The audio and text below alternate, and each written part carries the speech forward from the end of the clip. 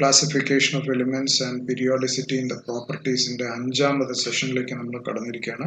ഇതിന്റെ മുമ്പേ atomic radius, അതേമാതിരി അയോണൈസേഷൻ, എൻതാൽപ്പി ഇതിനെക്കുറിച്ച് ഡിസ്കസ് ചെയ്ത് കഴിഞ്ഞു.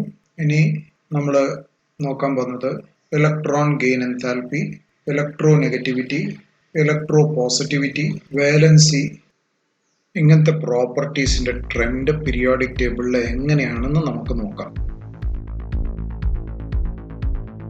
The next topic is electron gain enthalpy. നമ്മൾ ഇനി പഠിക്കാൻ പോകുന്നത് ഇലക്ട്രോൺ ഗെയിൻ എൻതാൽപ്പി ആണ്. ഒരു ന്യൂട്രൽ ആറ്റം ഇലക്ട്രോണിനെ അക്സെപ്റ്റ് ചെയ്താൽ സാധാരണഗതിയിൽ എനർജി റിലീസ് ചെയ്യും. ഇലക്ട്രോൺ ഗെയിൻ എൻതാൽപ്പിന്റെ definition: electron gain enthalpy of an element may be defined as the energy released when a neutral isolated gaseous atom accepts an extra electron to form a gaseous anion. അതിന്റെ simple ആണ് delta EgH. ഇവിടെ X ഏതെങ്കിലും ഒരു neutral ആയിട്ടുള്ള gaseous atom ആണെന്ന് സങ്കല്പിക്കുക. അതൊരു ഇലക്ട്രോണിനെ സ്വീകരിക്കുന്ന സമയത്ത് അതൊരു ആനയോണായി മാറും, നെഗറ്റീവ്ലി ചാർജ്ഡ് ആയിട്ടുള്ള അയണായി മാറും. ആ സമയത്ത് റിലീസ് ചെയ്യപ്പെടുന്ന എനർജീനെയാണ് നമ്മൾ ഇലക്ട്രോൺ എഫിനിറ്റി എന്ന് പറയുന്നത്. അതിന്റെ എൻതാൽപ്പി ചേഞ്ച് എന്ന് പറഞ്ഞാൽ ചേഞ്ച് ഇൻ എനർജി, അതാണ് നമ്മുടെ electron gain enthalpy. Change in energy, അതാണ് ഈ ഡെൽറ്റ സിമ്പിളിന്റെ പ്രസക്തി.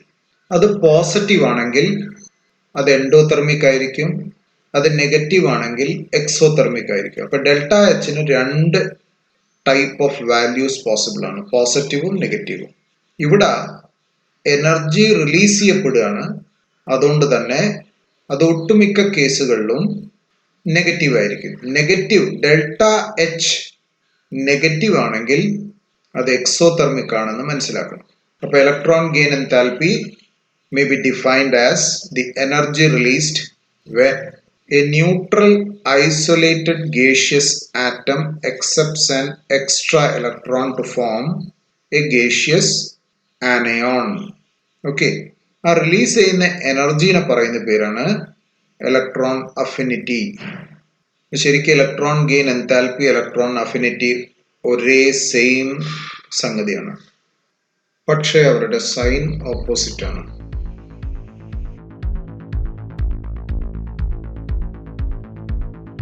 നിങ്ങളുടെ ടെക്സ്റ്റ് ബുക്കിൽ ഇലക്ട്രോൺ ഗെയിൻ എൻതാൽപ്പിന്റെ ട്രെൻഡ് മാത്രമേ ഡിസ്കസ് ചെയ്തിട്ടുള്ളൂ.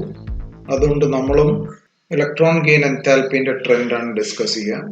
ഒരു 3 പോയിന്റ് നിങ്ങൾ നോട്ട് ചെയ്യണം. ആദ്യത്തെ പോയിന്റ് ആണ് ഒട്ടുമിക്ക എലിമെന്റ്സിന്റെ, ഇത് നേരത്തെ ഞാൻ പറഞ്ഞതാണ്, ഇലക്ട്രോൺ ഗെയിൻ എൻതാൽപ്പി നെഗറ്റീവ് ആണ്. ഇവിടെ നോക്കിയാൽ മതി, ആൽക്കലി മെറ്റൽസ് ആണെങ്കിലും nitrogen family, oxygen family, fluorine family, ഇവരുടെ ഒക്കെ ഇലക്ട്രോൺ ഗെയിൻ എൻതാൽപ്പി നെഗറ്റീവ് ആണ്. എന്നാൽ നോബിൾ ഗ്യാസസിന്റെ ഇലക്ട്രോൺ ഗെയിൻ എൻതാൽപ്പി പോസിറ്റീവ് ആണ്. ഹാലോജൻസിന്റെ ആണ് ഏറ്റവും നെഗറ്റീവ്. അപ്പൊ നമുക്ക് ഇതിന്റെ ട്രെൻഡ് എങ്ങനെയാന്ന് ചോദിച്ചാൽ, across the period electron gain enthalpy becomes more negative. Right നിന്ന് ലെഫ്റ്റിലേക്ക് പോകുമ്പോൾ ഇലക്ട്രോൺ ഗെയിൻ എൻതാൽപ്പി കൂടുതൽ നെഗറ്റീവ് ആവുന്നത് നമുക്ക് കാണാൻ പറ്റും. Down the group electron gain enthalpy less negative ആയി വരും. ഇനി നോബിൾ ഗ്യാസിന്റെ ഇലക്ട്രോൺ ഗെയിൻ എൻതാൽപ്പി പോസിറ്റീവ് ആണ്. അത് പോസിറ്റീവ് ആവാനുള്ള കാരണം നോബിൾ ഗ്യാസസിന്റെ ഇലക്ട്രോണിക് കോൺഫിഗറേഷൻ ഫുള്ളി ഫിൽഡ് ആണ്, അവർ ഹൈലി സ്റ്റേബിൾ ആണ്. അപ്പൊ ആ സ്റ്റേബിൾ ആയിട്ടുള്ള ഒരു സിസ്റ്റത്തിലേക്ക് ഒരു എക്സ്ട്രാ ഇലക്ട്രോൺസിനെ ആഡ് ചെയ്യുന്ന സമയത്ത് അത് എനർജി റിലീസ് അല്ല ചെയ്യുക, അതിലേക്ക് നമ്മൾ എനർജി കൊടുക്കേണ്ടി വരും, അതിന്റെ എനർജി കൂട്ടേണ്ടി വരും, എന്ന് പറഞ്ഞാൽ അതിന്റെ സ്റ്റെബിലിറ്റി കുറയ്ക്കേണ്ടി വരും. അതുകൊണ്ടാണ് നോബിൾ ഗ്യാസസ് പോസിറ്റീവ് ആയിട്ടുള്ള ഇലക്ട്രോൺ ഗെയിൻ എൻതാൽപ്പി കാണിക്കുന്നത്. ഇതൊരു ക്വസ്റ്റ്യൻ ആയിട്ട് ചോദിക്കാൻ സാധ്യതയുണ്ട്. ഇനി ഹാലോജൻസിന്റെ എന്താ ഏറ്റവും നെഗറ്റീവ് ആവാനുള്ള കാരണം? കാരണം അതൊരു ഇലക്ട്രോണിനെ സ്വീകരിച്ചു കഴിഞ്ഞാൽ അതിന് നോബിൾ ഗ്യാസിന്റെ ഇലക്ട്രോണിക് കോൺഫിഗറേഷൻ കൈവരിക്കാൻ പറ്റും. അപ്പൊ അത് കൂടുതൽ സ്റ്റേബിൾ ആവുക ചെയ്യുന്നത്. അതുകൊണ്ടാണ് ഹാലോജൻസിന്റെ ഇലക്ട്രോൺ ഗെയിൻ എൻതാൽപ്പി കൂടുതൽ നെഗറ്റീവ് ആവാനുള്ള കാരണം. ഓക്കെ, നിങ്ങൾ ഇതിന്റെ മുമ്പേ സക്സസീവ് അയോണൈസേഷൻ എനർജി എന്ന് നിങ്ങൾ കേട്ടിട്ടുണ്ടാവും. അതേമാതിരി തന്നെ ഉള്ള ഒരു സംഗതിയാണ് സക്സസീവ് ഇലക്ട്രോൺ ഗെയിൻ എൻതാൽപ്പി. ഇതിനെ ഉദ്ധരിക്കാൻ വേണ്ടി നമ്മൾ ഉപയോഗിച്ചത് ഓക്സിജൻ ആറ്റമാണ്. ഓക്സിജൻ ആദ്യത്തെ ഒരു ഇലക്ട്രോണിനെ ഗെയിൻ ചെയ്യുന്ന സമയത്ത് അതിൻ്റെ ഇലക്ട്രോൺ ഗെയിൻ എൻതാൽപ്പി നെഗറ്റീവാണ്. എന്ന് പറഞ്ഞാൽ ആ പ്രോസസ്സ് എക്സോതെർമിക് ആണ്. പക്ഷേ രണ്ടാമതൊരു ഇലക്ട്രോണിനെ ഗെയിൻ ചെയ്യുന്ന സമയത്ത് അത് എൻഡോതെർമിക് ആണ്. എന്തുകൊണ്ടാണ് ഇതിങ്ങനെ ആദ്യത്തെ എക്സോതെർമിക്കും രണ്ടാമത്തെ എൻഡോതെർമിക്കും ആവുന്നതെന്നാണ് നമ്മൾ നോക്കാൻ പോകുന്നത്. ഓക്സിജൻ ആറ്റം ആദ്യം ഒരു ഇലക്ട്രോണിനെ സ്വീകരിക്കുന്ന സമയത്ത് സ്വാഭാവികമായിട്ടും എനർജി റിലീസ് ചെയ്യപ്പെടുക ചെയ്യുന്നത്. രണ്ടാമതൊരു ഇലക്ട്രോണിനെ സ്വീകരിക്കുന്ന സമയത്ത് നമ്മൾ മനസ്സിലാക്കണം, ഓക്സിജൻ അയണാണ് രണ്ടാമത്തെ ഇലക്ട്രോണിനെ സ്വീകരിക്കുന്നത്. നെഗറ്റീവ്ലി ചാർജ്ഡ് ആയിട്ടുള്ള ഓക്സിജൻ അയണാണ് രണ്ടാമത്തെ ഇലക്ട്രോണിനെ സ്വീകരിക്കുന്നത്. അപ്പോൾ ഓൾറെഡി നെഗറ്റീവ് ആയിട്ടുള്ള ഒരു അയണിലേക്ക് ഒരു ഇലക്ട്രോൺ വരിക എന്ന് പറയുമ്പം അവർ തമ്മിൽ ഒരു ഇലക്ട്രോസ്റ്റാറ്റിക് റിപ്പൾഷനെ അതിജീവിച്ചിട്ട് വേണം ഇത് സംഭവിക്കണമെങ്കിൽ. അപ്പോൾ സ്വാഭാവികമായിട്ടും അതിനു വേണ്ടി കുറച്ച് എക്സ്ട്രാ ഊർജത്തിൻ്റെ ആവശ്യമുണ്ട്. അതുകൊണ്ടാണ് രണ്ടാമത്തെ ഇലക്ട്രോൺ ഗെയിൻ എൻതാൽപ്പി പോസിറ്റീവ് ആവാനുള്ള കാരണം. രണ്ടാമത്തെ ഇലക്ട്രോൺ ഗെയിൻ എൻതാൽപ്പി എൻഡോതെർമിക് ആവാനുള്ള കാരണം. നോൺ മെറ്റൽസിൽ കാണുന്ന അടുത്തൊരു പ്രോപ്പർട്ടിയാണ് ഇലക്ട്രോ നെഗറ്റിവിറ്റി. ഇത് ഒരു ആപേക്ഷികമായ ഒരു പ്രോപ്പർട്ടിയാണ്, റിലേറ്റീവ് ടെൻഡൻസിയാണ്. It is the tendency of an atom to attract bonded pair of electrons towards itself. Covalent bond എങ്ങനെയാണ് ഫോം ചെയ്യുന്നത്? By sharing of electrons. രണ്ട് വ്യത്യസ്ത ആറ്റങ്ങൾ തമ്മിലുള്ള കോവലന്റ് ബോണ്ട് ആണെങ്കിൽ ആ ഇലക്ട്രോൺ പെയറിന് ഏറ്റവും ഇലക്ട്രോ നെഗറ്റീവ് ആയിട്ടുള്ള ആറ്റം തൻ്റെ അടുത്തേക്ക് ശക്തമായിട്ട് ആകർഷിക്കും. അപ്പോൾ കോവലന്റ് ബോണ്ടഡ് ആയിട്ടുള്ള ഇലക്ട്രോൺ പെയറിന് തൻ്റെ അടുത്തേക്ക് ശക്തമായിട്ട് ആകർഷിക്കുന്ന പ്രവണതയാണ് നമ്മൾ ഇലക്ട്രോൺ നെഗറ്റിവിറ്റി എന്ന് പറയുന്നത്. അത് നമുക്ക് മെഷർ ചെയ്യാൻ പറ്റില്ല, പക്ഷേ നമുക്കതിനെ ഒരു ന്യൂമാരിക്കൽ സ്കെയിൽസ് ഉപയോഗിച്ച് റെപ്രസെൻ്റ് ചെയ്യാൻ പറ്റും. അതിന് നമുക്കൊരു റിലേറ്റീവ് ആയിട്ടുള്ള വാല്യൂ കൊടുക്കാൻ പറ്റും. ഇവിടെ മനസ്സിലാക്കേണ്ട, ഇലക്ട്രോ നെഗറ്റിവിറ്റി ഒരു കോൺസ്റ്റന്റ് ആയിട്ടുള്ള വാല്യൂ അല്ല. അത് ഏത് സാഹചര്യത്തിലാണോ ആ സാഹചര്യത്തിലാണ് നമ്മൾ ഇലക്ട്രോ നെഗറ്റിവിറ്റി മെഷർ ചെയ്യുന്നത്. സാധാരണഗതിയിൽ electro negativity increases across the period and electro negativity decreases down the group. ഇതൊരു നോൺ മെറ്റാലിക് പ്രോപ്പർട്ടിയാണ്. ഇലക്ട്രോ നെഗറ്റിവിറ്റി കൂടുമ്പം ഇലക്ട്രോൺ ഗെയിൻ എൻതാൽപ്പി യഥാർത്ഥത്തിൽ കൂടുകയാണ് ചെയ്യുക. ഇലക്ട്രോ നെഗറ്റിവിറ്റി കൂടുന്നതിനനുസരിച്ച് ഇലക്ട്രോൺ ഗെയിൻ എൻതാൽപ്പി കൂടുതൽ നെഗറ്റീവ് ആവുകയാണ് ചെയ്യുക. അപ്പോൾ ഇവിടെ നമ്മൾ കുറേ സ്കെയിൽസ് തന്നിട്ടുണ്ട്. അതിൽ ഏറ്റവും പ്രധാനപ്പെട്ട സ്കെയിലാണ് പോളിംഗ് സ്കെയിൽ. ഇത് കൂടാതെ മില്ലിക്കൻ സ്കെയിൽ ഉണ്ട്. അപ്പോൾ ഇത്രയും കാര്യങ്ങളാണ് നമുക്ക് ഇലക്ട്രോ നെഗറ്റിവിറ്റിനെ കുറിച്ച് അറിയാനുള്ളത്.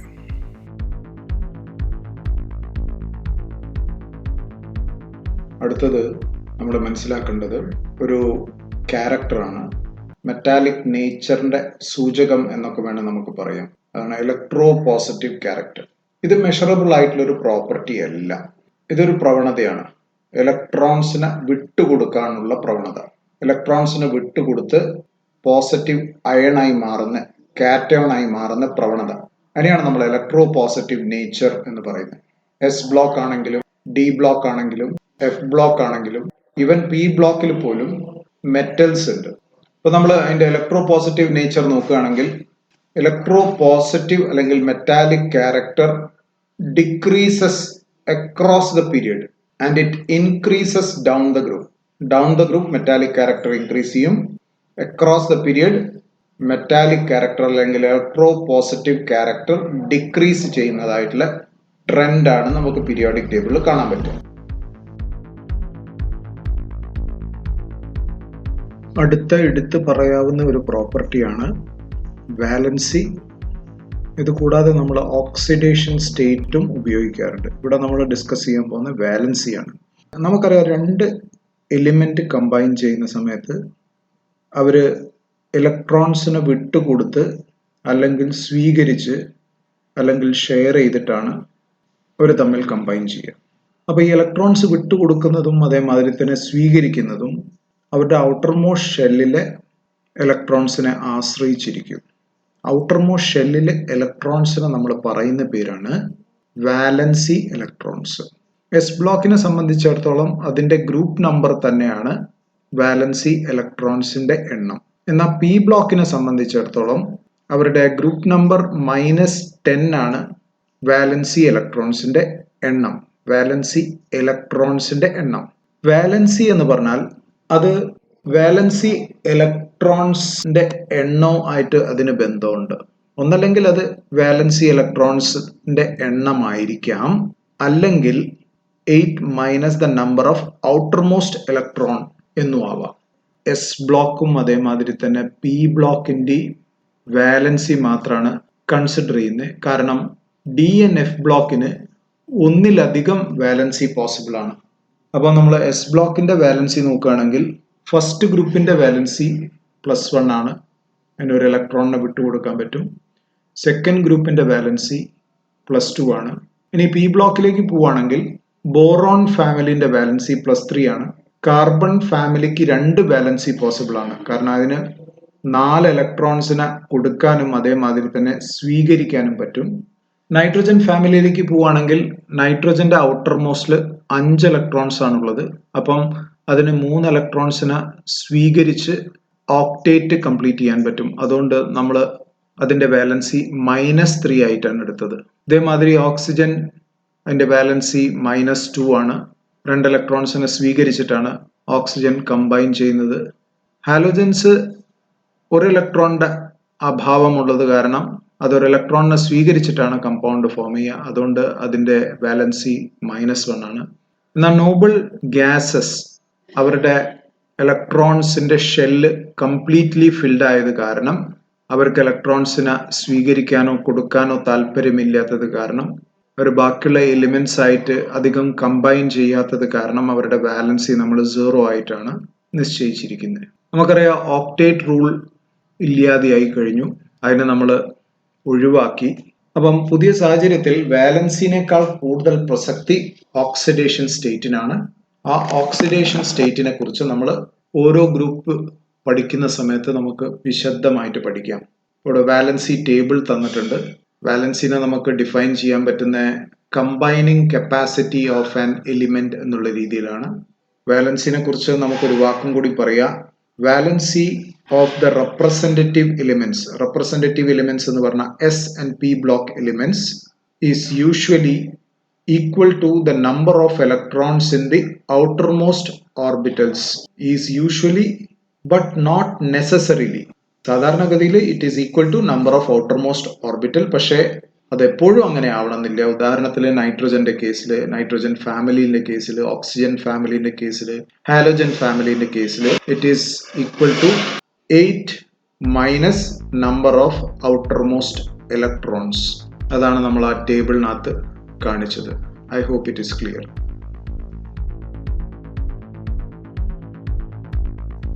ഓരോ ഗ്രൂപ്പിലെയും ഫസ്റ്റ് മെമ്പർ എന്ന് പറയുമ്പോൾ സെക്കൻഡ് പീരിയഡിലുള്ള എലിമെന്റ്സ് ആണ്. ഇവിടെ lithium, beryllium, boron, carbon, nitrogen, oxygen, fluorine, ഇവര് first members of representative elements ആണ്. ഞാൻ പറഞ്ഞിരുന്നു റെപ്രസെന്റേറ്റീവ് എലിമെന്റ്സ് എന്ന് പറഞ്ഞാൽ S and P block elements ആണ്. ആദ്യത്തെ മെമ്പർ അതാത് ഗ്രൂപ്പിലെ ബാക്കിയുള്ള മെമ്പേഴ്സ് എന്ന് വ്യത്യസ്തമായ ചില സ്വഭാവം കാണിക്കും. അതിനെ നമ്മൾ പറയുന്നതാണ് first members differ from the rest of the group. അതിന് ബേസിക് ആയിട്ടുള്ള ചില കാരണങ്ങളാണ്. ഒന്ന്, ആദ്യത്തെ മെമ്പറിന്റെ സൈസ് ചെറുതായിരിക്കും. It is due to small size. S block എലിമെന്റ്സിനെ സംബന്ധിച്ചിടത്തോളം അവരുടെ അയോണൈസേഷൻ എനർജി കൂടുതലാണ്.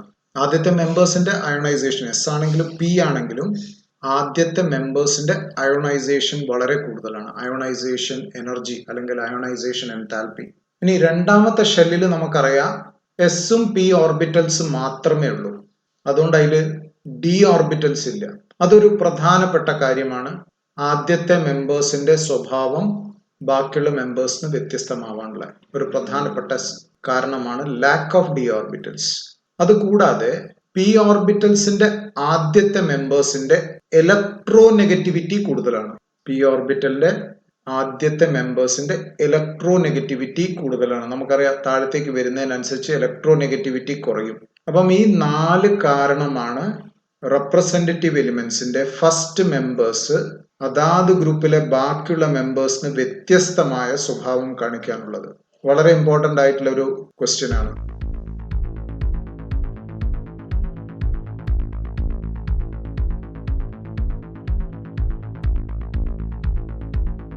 പീരിയോഡിക് ടേബിളിൽ കാണപ്പെടുന്ന ഒരു സവിശേഷത ഡയഗണൽ റിലേഷൻഷിപ്പ് ആണ്. രണ്ടാമത്തെ പീരീഡും മൂന്നാമത്തെ പീരീഡിലെ എലിമെന്റ് ഡയഗണൽ ആയിട്ടുള്ള എലിമെന്റിന്റെ പ്രോപ്പർട്ടീസ് സിമിലർ ആയിരിക്കും. Elements of the second period and third period which are diagonally related show similar properties. അപ്പം അതിന്റെ കാരണം ഒന്നെന്ന് വെച്ചാൽ അവരുടെ സൈസ് സിമിലർ ആയിരിക്കും. ഉദാഹരണം, ലിത്യത്തിൽ നിന്ന് ബെറിലിയത്തിലേക്ക് പോകുന്ന സമയത്ത് സൈസ് കുറയും, പക്ഷെ ബെറിലിയത്തിൽ നിന്ന് മെഗ്നീഷ്യത്തിലേക്ക് വരുമ്പോൾ സൈസ് ചെറുതായിട്ട് കൂടും. അപ്പൊ ലിത്യം മെഗ്നീഷ്യത്തിന്റെ സൈസ് ഓൾമോസ്റ്റ് സിമിലർ ആയിരിക്കും. ഇനി ചില കേസിൽ ചാർജ് ബൈ റേഡിയസ് റേഷ്യോ ഇത് സിമിലർ ആയിരിക്കും. ചാർജ് ബൈ റേഡിയസ് റേഷ്യോ കൊണ്ട് ഉദ്ദേശിക്കുന്നത് എന്താന്ന് മനസ്സിലാക്കണം.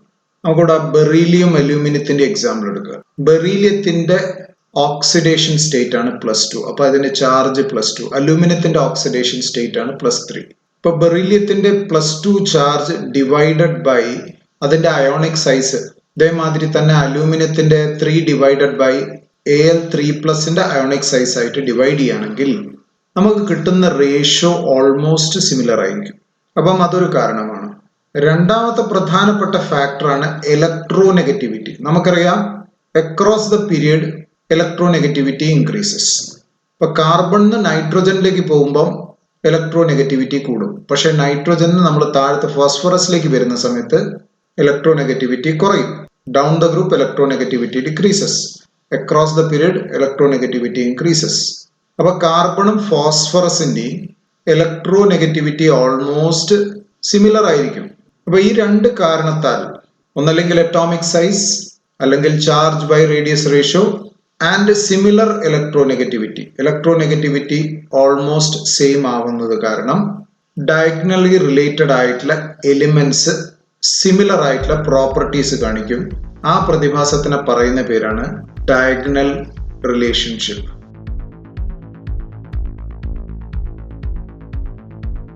നമ്മൾ പീരിയോഡിക് ടേബിളിൽ പഠിച്ച ഒട്ടുമിക്ക പ്രോപ്പർട്ടീസിന്റെ ട്രെൻഡ് ഒറ്റയടിക്ക് കാണിക്കുന്ന ഒരു ഗ്രാഫാണ്.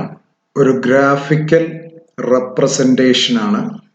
എയറോ ഹെഡ് ഉള്ള ഭാഗത്തേക്ക് അത് ഇൻക്രീസ് ചെയ്യുന്നതായിട്ട് നമ്മൾ കൺസിഡർ ചെയ്യണം.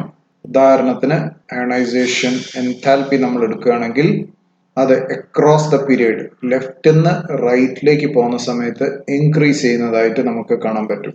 അതേമാതിരി തന്നെ മുകളിൽ നിന്ന് താഴത്തേക്ക് വരുന്ന സമയത്ത് ഡൗൺ ദ ഗ്രൂപ്പ് അത് ഡിക്രീസ് ചെയ്യുന്നതായിട്ട് കാണാൻ പറ്റും. അറ്റോമിക് റേഡിയസ് താഴത്തേക്ക് വരുമ്പം ഇൻക്രീസ് ചെയ്യുന്നു, ലെഫ്റ്റിൽ നിന്ന് റൈറ്റിലേക്ക് പോകുന്ന സമയത്ത് ഡിക്രീസ് ചെയ്യുന്നു. അത് നിങ്ങൾക്ക് കാണാം. ഇലക്ട്രോൺ അഫിനിറ്റി ആണ് ഇലക്ട്രോൺ ഗെയിൻ എൻതാൽപ്പിന്റെ പകരം നമ്മൾ ഉപയോഗിച്ചത്. കാരണം ഇലക്ട്രോൺ അഫിനിറ്റി ഒരു പോസിറ്റീവ് ആയിട്ടുള്ള വാല്യൂ ആണ്. നമ്മൾ പറഞ്ഞിരുന്നു ഇലക്ട്രോൺ അഫിനിറ്റി എന്ന് പറഞ്ഞാൽ എനർജിയാണ്. അപ്പം അത് നമുക്ക് പറയാൻ എളുപ്പമാണ്. Electron gain enthalpy, electron affinity കൂടുക എന്ന് പറയുമ്പോൾ ഇലക്ട്രോൺ ഗെയിൻ എൻതാൽപ്പി കൂടുതൽ നെഗറ്റീവ് ആവുക ചെയ്യുന്നത്. അപ്പൊ ഇലക്ട്രോൺ അഫിനിറ്റി പറയാൻ എളുപ്പമായത് കാരണമാണ് നമ്മൾ അത് ഉപയോഗിച്ച്. ശരിക്കും പറഞ്ഞാൽ ഇലക്ട്രോൺ ഗെയിൻ എൻതാൽപ്പിന്റെ വേറൊരു രൂപമാണ്, പോസിറ്റീവ് ആയിട്ടുള്ള ഒരു രൂപമാണ് ഇലക്ട്രോൺ അഫിനിറ്റി. ഇനി നോൺ മെറ്റാലിക് ക്യാരക്ടർ നമുക്ക് അറിയാം. ഡൗൺ ലെഫ്റ്റിൽ നിന്ന് അപ്പർ റൈറ്റിലേക്ക് പോകുന്ന സമയത്താണ് നോൺ മെറ്റാലിക് ക്യാരക്ടർ ഇൻക്രീസ് ചെയ്യുന്നത്. അപ്പൊ ഏറ്റവും കൂടുതൽ നോൺ മെറ്റാലിക് ആയിട്ടുള്ള എലിമെന്റ്സ് നമ്മുടെ അവസാനത്തെ ഗ്രൂപ്പിന്റെ മുകൾ ഭാഗത്താണ്. അതേമാതിരി തന്നെ എസ് ബ്ലോക്കിന്റെ താഴത്തെ ഭാഗത്തേക്ക് വരുന്ന സമയത്താണ് മെറ്റാലിക് ക്യാരക്ടർ കൂടുന്നതായിട്ട് നമുക്ക് കാണാൻ പറ്റുക. അപ്പം ഈ ഗ്രാഫ് ജനറൽ ആയിട്ടുള്ള ട്രെൻഡ്സിനെ കാണിക്കുന്ന ഗ്രാഫാണ്. ഇത് അറിഞ്ഞിരിക്കുന്നത് നല്ലതാണ്. ഇത്രയേ ഉള്ളൂ നമുക്ക് ഈ ചാപ്റ്ററിനകത്ത് പഠിക്കാനുള്ളത്. Okay, thank you.